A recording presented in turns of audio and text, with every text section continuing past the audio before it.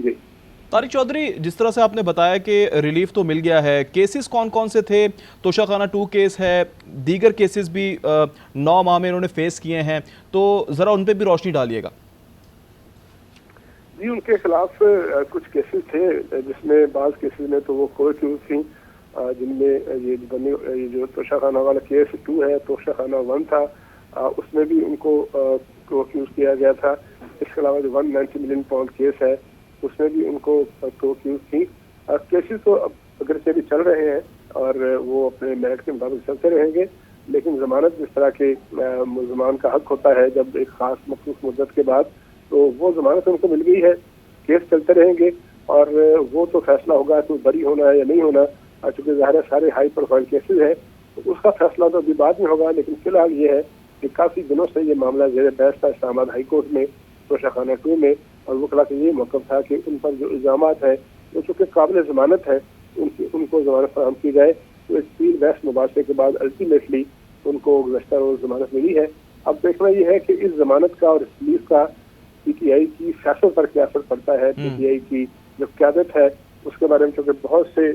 شکوک و شبہات ہیں، بہت سے مباحثے ہیں اور بہت سی چمگویاں جنم لے رہی ہیں۔ اب جب بشرا بی بی باہر آئیں گی اور بانی چیئرمین صاحب جو کہ ان کے شوہر ہیں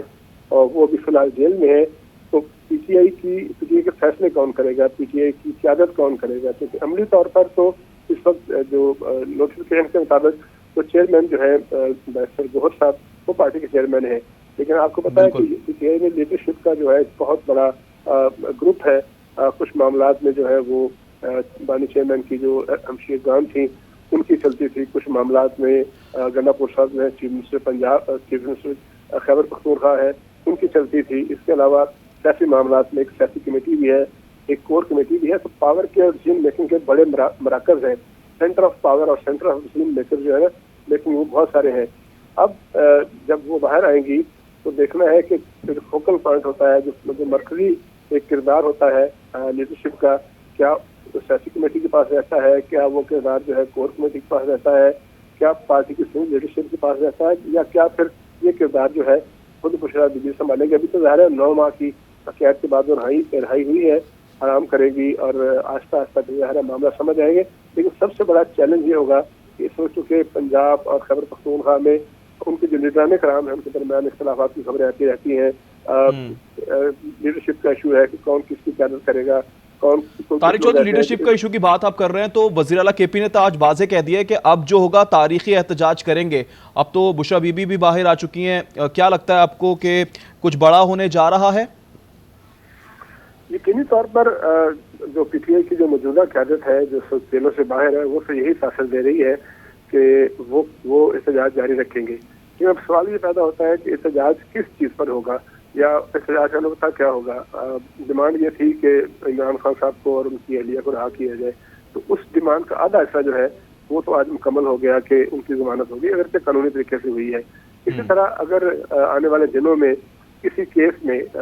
بانی چیئرمین کو ریلیف ملتی ہے اور ایک یعنی ہائپوتھیٹک بات ہے کہ اگر وہ بھی باہر آ جاتے ہیں تو پھر کس چیز پہ احتجاج ہوگا؟ کیا احتجاج اس بات پہ ہوگا کہ نئے انتخابات کرائیں، چونکہ اس وقت پارلیمنٹ بڑی مضبوط ہے اور حکومت کو بھی ریسنٹلی 2-3 روز پہلے آئینی ترمیم بھی کر لی، اور آئینی ترمیم کے لیے جو 2/3 میجورٹی ہوگی وہ بھی ان کو حاصل ہو گئی۔ تو پھر یہ ہے کہ کس چیز کے حوالے سے احتجاج ہوگا،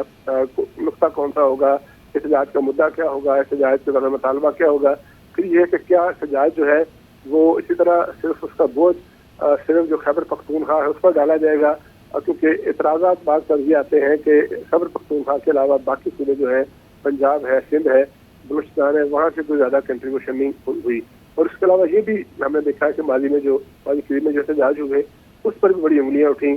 خاص طور پر جب گنڈا پور صاحب تشریف لائے اسلام آباد اور ڈی چوک پہنچنے کا وعدہ کیا، ڈی چوک پہنچے اور اس کے چند گھنٹوں کے اندر وہ غائب ہو گئے، اور پھر اگلے دن جو ہے وہ واپس آئے پشاور۔ اس کے بعد سے خود پی ٹی آئی کی لیڈرشپ اور پی ٹی آئی کا جو سوشل میڈیا سیل ہے وہ اس بات کو شکوک و شبہات کا اظہار کرتا ہے، اور لیڈرشپ کے جو بہت سارے اہم لیڈر ہیں وہ اس دوسرے پر الزام لگاتے ہیں، کہتے ہیں جی کہ فلاں جو ہے وہ کمپرومائز ہے، فلاں جو ہے پارٹی کا مخلص ہے، فلاں مخلص نہیں ہے۔ یہ مباحثے ہیں جو سوشل میڈیا پہ رہتے ہیں، اور وہ لوگ کرتے ہیں جو بڑے نون لوگ ہیں، جن کے بارے میں کہا جاتا ہے کہ جن کو اون کرتی ہے پی ٹی آئی کہ یہ سوشل میڈیا جو ہے ان کا اپنی جماعت کا ہے یا ان کو وہ اونرشپ ہے، تو وہاں کارکنوں کی بہت بڑی تعداد ہے